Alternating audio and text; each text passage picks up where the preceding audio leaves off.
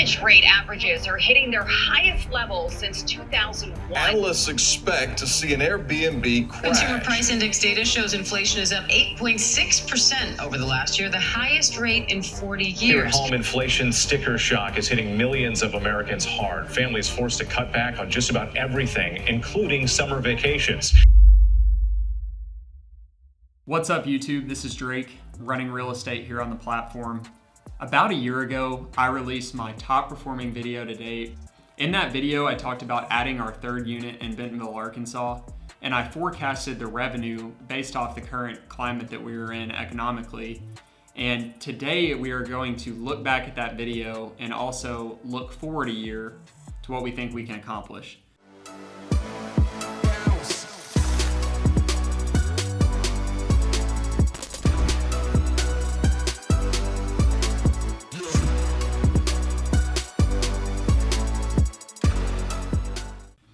All of the content that is out right now regarding Airbnb is overwhelmingly negative.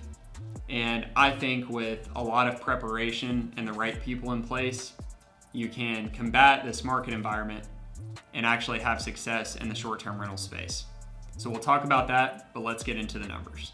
The best way to look at the business from year to year is to take the variables that are controlled. So what is the same from last year to this year?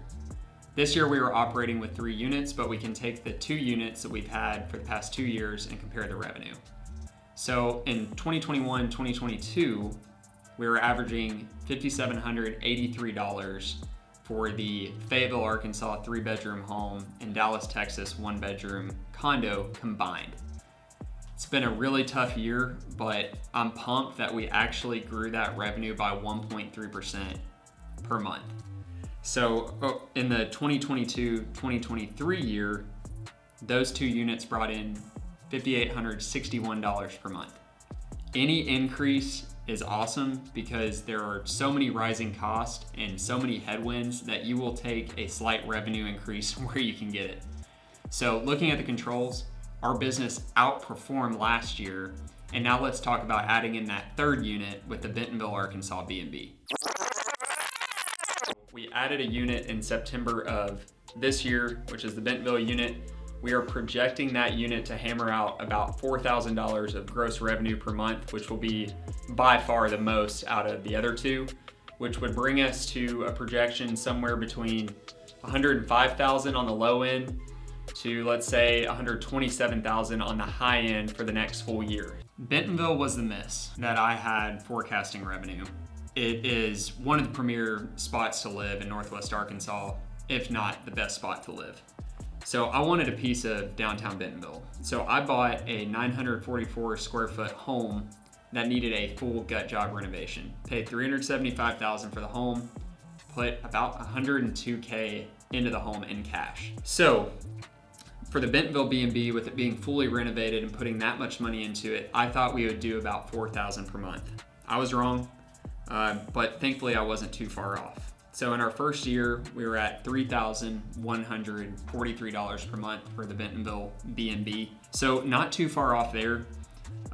Another exciting point is in the last video, I predicted low end $105,000 in total revenue for the 3 units, high end $127,000.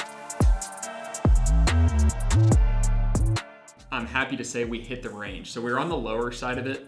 Our total revenue for the 2022-2023 year was $108,000, about on the dot. So $108,000 total revenue was good enough for us to meet our business goals and was not far off to where we were questioning, should we keep these units running? Mentioned we brought in $108,000 in gross revenue. I hate to say it, but we probably spent $108,000 as well. I don't have those numbers in front of me. That is the nature of operating this kind of business in this environment. What I'm going to do is take a step back and talk about when you're navigating economic challenges, how you have to strategically adapt with your real estate portfolio. So there's a few key things that we did that helped us to continue moving forward in a positive light in a negative situation. So the first thing is active PMI management. So for example, on the Fayetteville property, I initially bought that as a primary residence and then it was converted to the business. So when I bought it, I put 5% down. Well, the property has increased in value so much that we were paying private mortgage insurance of about $130 per month that we didn't need to pay, because all we had to do is get a reappraisal and the bank would say, your loan to value now wipes out that charge. Another is we have anticipated increased expenses. So when we get a small cushion, for whatever reason, we leave it in the business for unforeseen expenses. Another part is considering the weighted average interest rate of the properties. So if you're looking at any given deal with an 8% interest rate that you're going to secure right now, none of them are going to make sense. So what we had to do is we had to take our weighted average. So we had to look at, okay, we've got a 4.25% interest rate on this one, a 3.75 interest rate on this one, and a 4.5 on this one. So if we now assume an 8% interest rate, how does that average out? Can it still fit into the portfolio? So we just talked about strategic property acquisitions. Let's talk about enhancing short-term rentals. What is the absolute, and I mean bottom of the list thing you want to do when things are tight? You do not want to buy a mattress topper. You do not want to take that feedback that you don't have enough lighting and invest in LED lighting. You do not want to pay the landscaper to get out there to make the first impression nice. Average operators do that in the boom and don't do that in tougher times. Great operators do the same thing all of the time.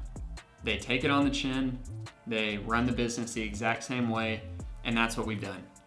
We knew that the investment in mattress toppers when the beds are uncomfortable could increase our revenue. Next, we invested in people. So we're paying a property manager 17.5% of revenue. Conventional wisdom, fire the property manager, do it yourself, take on more work. We decided not to do that. And by the way, Ashton, if you're watching this, you're doing a great job. Talked about maintaining consistent operations. We talked about maintaining relationships with tenants, especially on the long-term side. Some other things we did. We never took out a line of credit. We did our renovations in cash. We didn't take out any home equity lines of credit. So I am sleeping well with a 57% loan to value.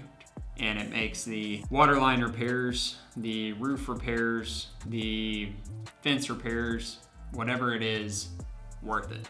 So looking forward to 23 and 24. What do we expect? I think we likely will not be adding a B&B. For me, with the potential for adding any properties, we're looking more at long-term rentals. So that's going to be our focus over the next 1 year. Maintain enough cash to cover our expenses. And as far as the revenue goes, I'm going to say that with the tailwinds we have, so with things in our favor, we're now Superhost status, we've improved our properties, we now have a number of reviews with the Bentonville property. I'm gonna put us back in the $115,000 to $120,000 gross revenue range. I think that's where we'll fall in the next year. But it's gonna be more of the same over the next year. Operating in a smart fashion, treating people right, and continuing to stick to your guns, because I do think there are better days ahead for real estate investors. Thank you guys for watching. This has been Drake running real estate here on YouTube. Michael is behind the camera on behalf of Alt Life Creative. We're going to have more videos coming for you. Stay tuned, hit the subscribe button. Thanks for supporting.